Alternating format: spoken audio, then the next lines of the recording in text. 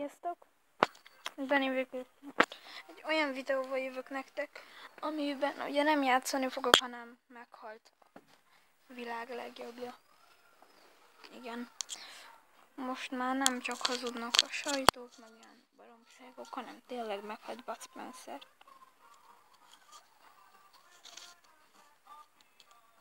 És hát ezért én is nagyon szomorú vagyok, mert Bud Spencer a kedvencem volt, Terence Hill-lel együtt, és nem olyan színész volt, mint mások, hogy ő átélte a szerepét, más nevén Piedone,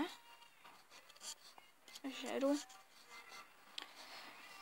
És hát én most 86 évesen halt meg, és ugye meghalt 86 évesen most hétfőn, vagy előző hétfőn.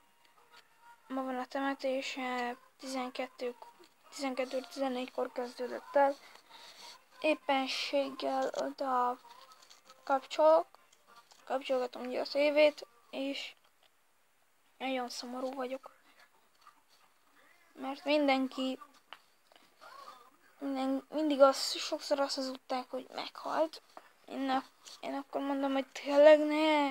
És akkor voltam 2 évvel idős, 2 évvel fiatalabb.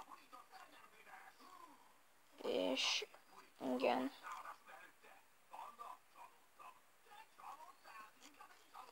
Nagyon szomorú vagyok most. Mert ő nem egy olyan színész volt, aki csak úgy játszott a szerepét, hanem meg le is szart, hanem ő egy normális színész volt.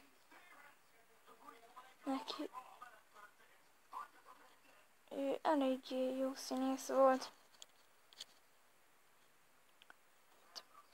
Szerintem odafent a mennyben van szerintem hagymásbab, úgyhogy jól meg lesz, és fent is osszam majd a pofonokat. Ez a videó ennyi lett volna, kérlek ne lájkold, és kérlek ne is diszlájkold. Sziasztok!